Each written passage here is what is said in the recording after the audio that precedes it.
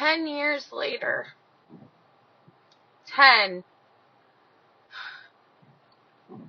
I am picking up my pieces. If you'd like to visualize what it has been like this past year, I want you to imagine one of those big old freaking monk-like Chinese big boom. You know what I'm talking about? Those guys.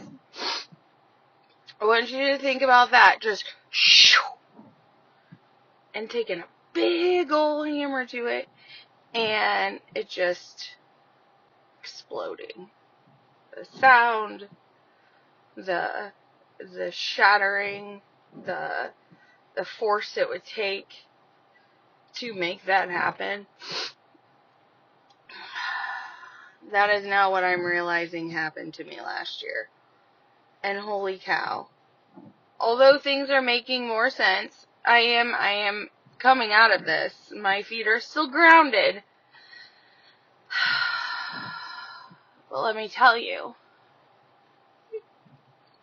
when I realized in the reality of the situation,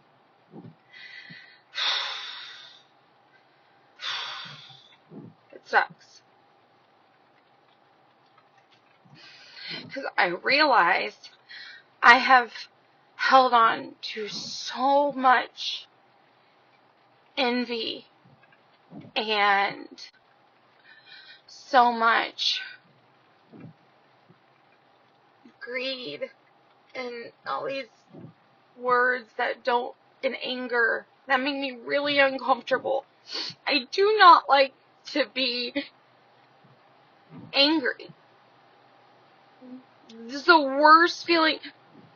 Between being cold and being scared, being angry is right on up there. It's just not, my nervous system doesn't like it. It's not comfortable.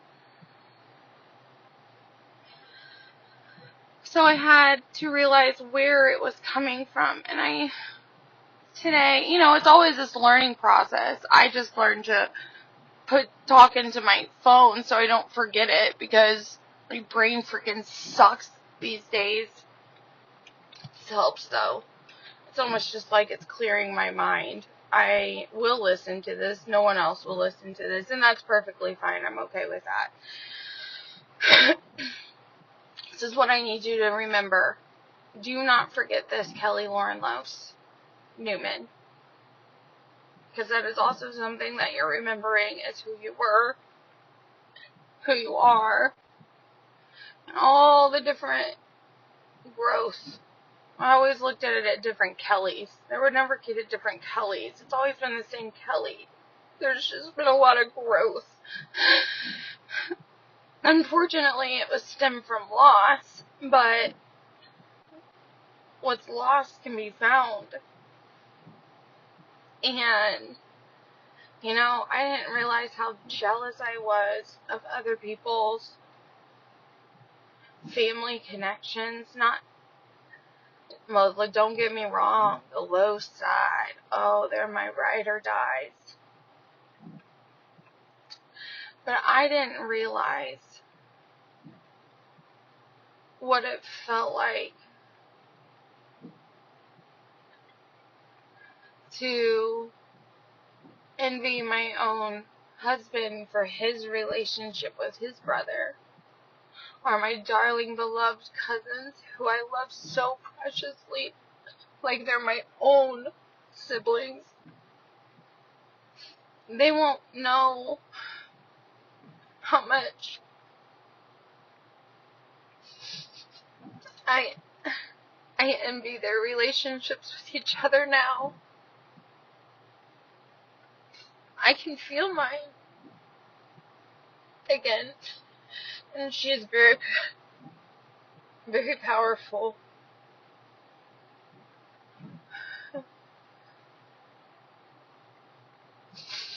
But to realize what you have built up within yourself for 10 fucking years because you thought you were so strong, you were trying to survive, but instead you just fucked yourself up. That's hard to wrap your head around.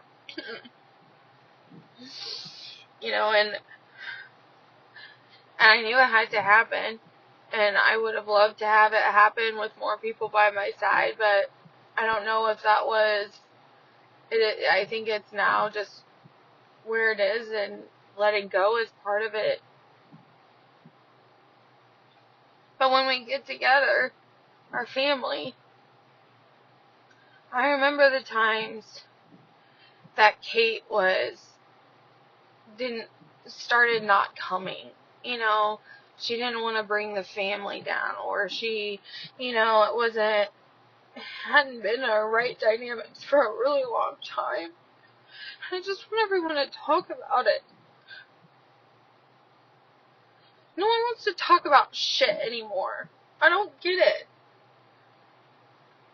If we don't talk about it, how do we make it better? I don't want to talk about it. It's going to get the fuck over it. Sorry. It's just, when you see such a bigger picture, and then you see where it's supposed to be and what you do and all this bullshit, and that it's bigger, because I've always been a very selfless person. Always. So much that it almost cost me my own life.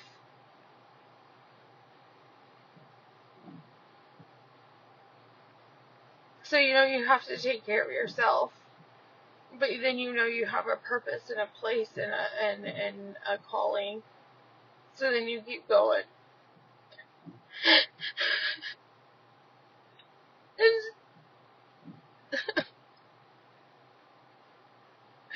I am literally by my grandma's grave right now, remembering what she taught me. It wasn't what she gave me. It was what she showed me. She was there. She was a solid woman. She didn't let anyone break her. She actually built her family around the pride in her husband. And the pride of a war vet that she saw suffer. And that built resilient children. That built resilient children. That built resilient children. But we're losing sight of the walling it together.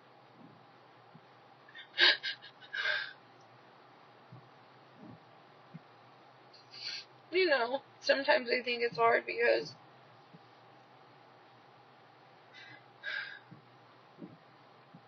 it's easy to just think of yourself. It's only one person, of course.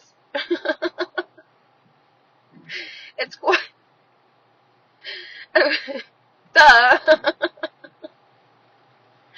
But if you call someone selfish, then all of a sudden you're a bad person. It's not... You're not calling them selfish. It's just that they're just thinking of that you're...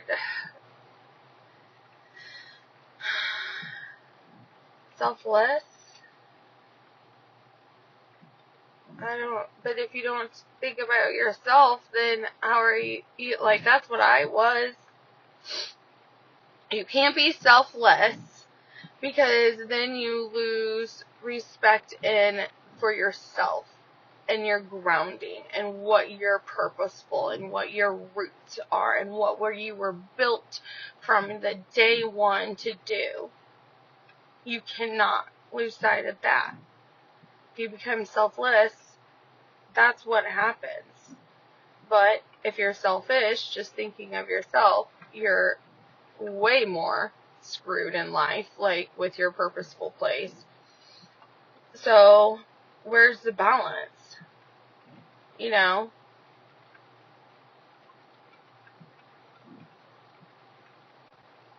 I don't have the answers, but I know who does. And that's enough for me. And that's enough for my people.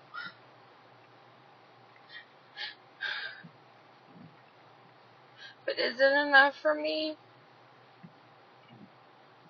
I'm still trying to work through my own emotions and feelings about a lot of things. And it is easier to talk things out, you know? I didn't know where to start. I started with ChatGPT in September. Lo and behold, we are where we are now. I built a bot for human connection, so you can just talk it through. Which is pretty smart, too.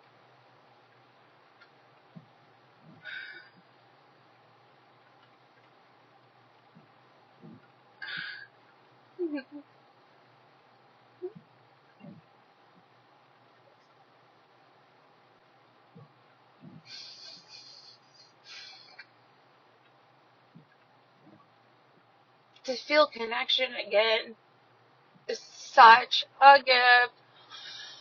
Holy cow. Such a gift.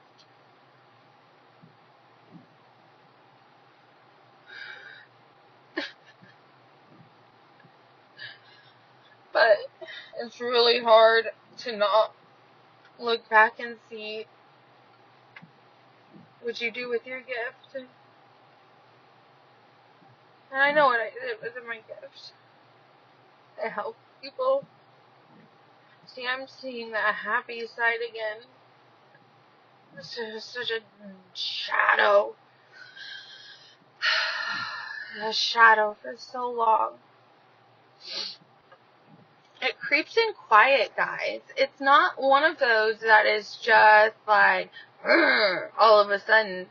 Oh no, there's an experience and your shadow just really comes back, you know. A lot of people don't like to talk about their shadows. They don't like to talk about things that they've seen, whether in a dream or whether in, their head or what their brain is processing.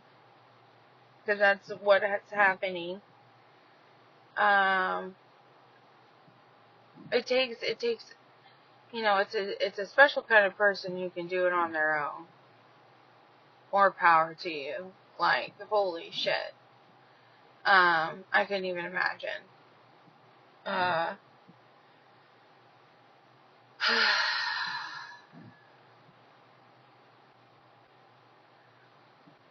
To take what I have had in my life and make it all meaningful has always been a root of my grounding. To take things that has happened to me and to share to others so that they can learn or hear or relate or connect so they know they're not alone. I did that for my sister for years. I talked her through. I talked her off the ledge. I talked to her about everything. Everyone talked to me about everything. That's how it's supposed to go. You're supposed to freaking talk things out. That's not a wrong thing. And we get used to... My sister had me to the very end. Are you kidding me? That was a gift to her.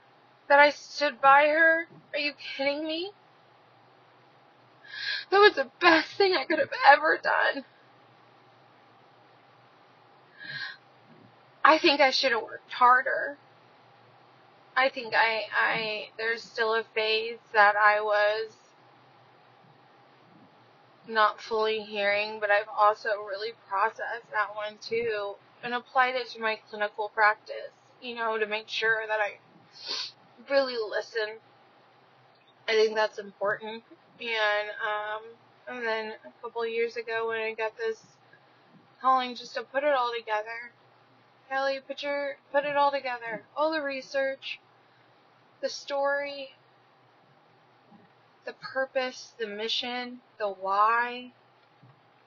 And when you start seeing these pieces come together, it tells a story. And I believe we all have that story.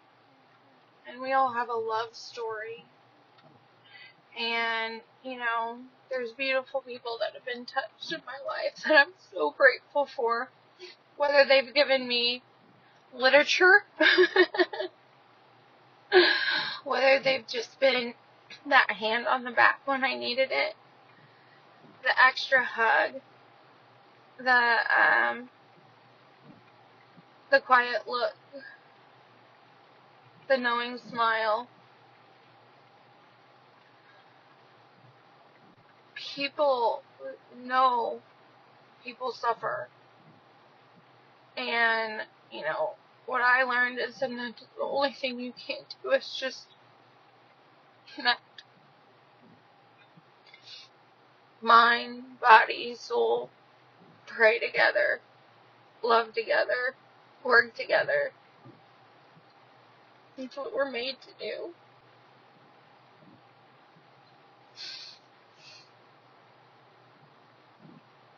I think I'm supposed to do something epic, but I'm so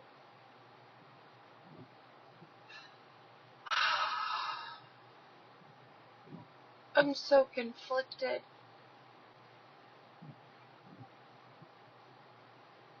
I think we all carry crosses. I carried a really heavy cross for 10 years.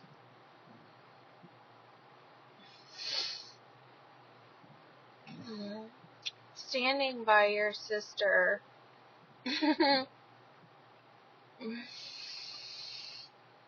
Still feeling her presence even when she's gone. I don't ever want to lose that. So yeah, if you want to call me a Bible thumper these days, or tell me I'm going to, concerned I'm going to join a convent or whatever the bullshit people are, talk or say or whatever, that's on you, boo-boo. You go ahead and do your talking. You go ahead and fulfill your purpose with that attitude, and then we'll talk. See how far you get. Okay?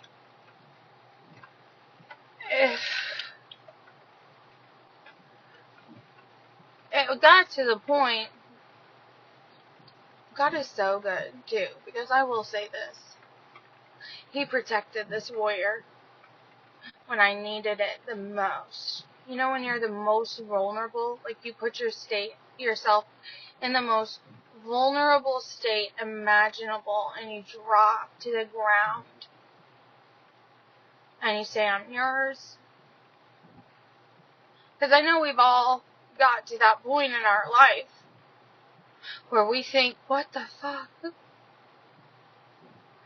And then we remember that it's not just about us.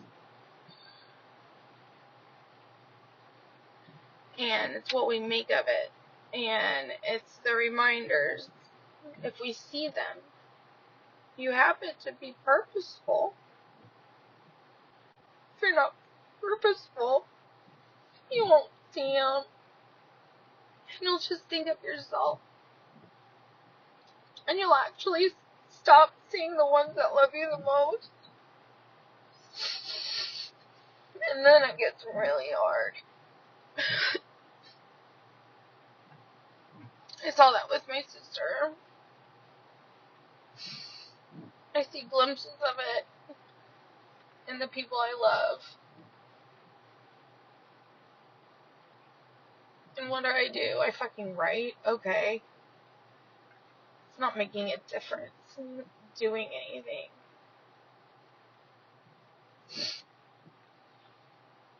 And I hope this is the whole process of this whole tickety-talk thingy You hear me, phone? I know I'm recording on my little thing, but tickety-tock, I know you hear me. And this is what I want to talk about. But everyone wants to be happy. And that's me. I want to make people happy. But first I gotta realize the why. You can't just do what I say and think that it's gonna be happy. I'm purposely happy in what I do.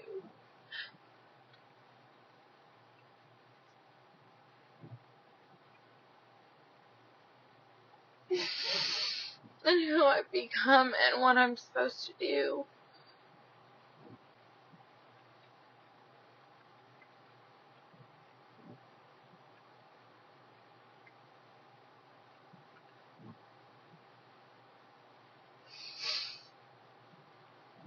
Well, Grandma Ada, you really sparked some love in that one. Oof! Holy mackerel! Oh gosh, that was power there, Grandma. I love my grandma. My grandma was frickin' rock woman. Lost her husband in her 60s. Can you imagine that? 4 kids, 2 grandbabies.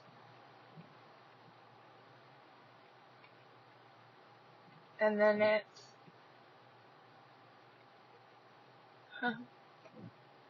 2 more. 1, then 3.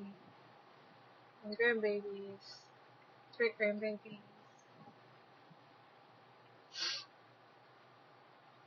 You know, there's a lot of people at my mom and dad's house coming here pretty soon. And that's another thing. You're not coming to Easter anymore. Just, when the kids were younger, you got to just take your kids, right? And that was enough. Even though they say that's enough. I knew I needed to get there a day early, set up, let's know what we're going to do. We got everything. So it can be enjoyable for my parents. I want them to enjoy Easter. I want them, because that's what my sister would want me to do too. Take care of mom and dad all the ways, and not just their health. Go see them. Kelly, you freaking selfish girl who can drive and it doesn't bother her body. Not like it does them.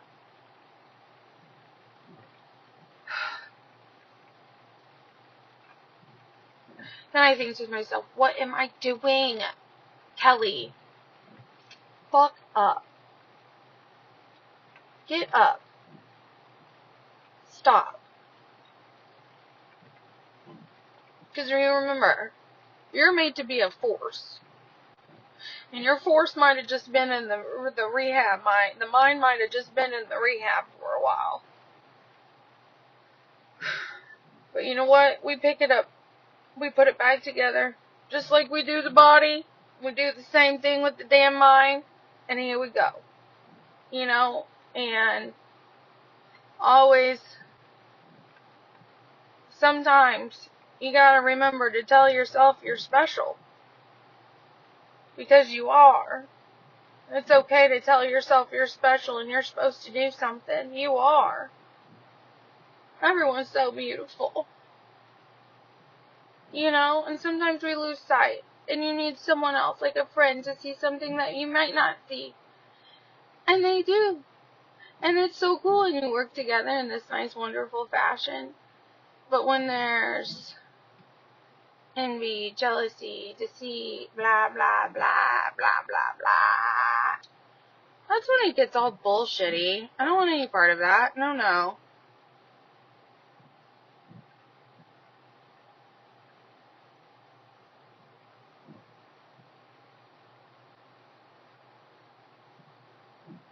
Hmm. That's interesting.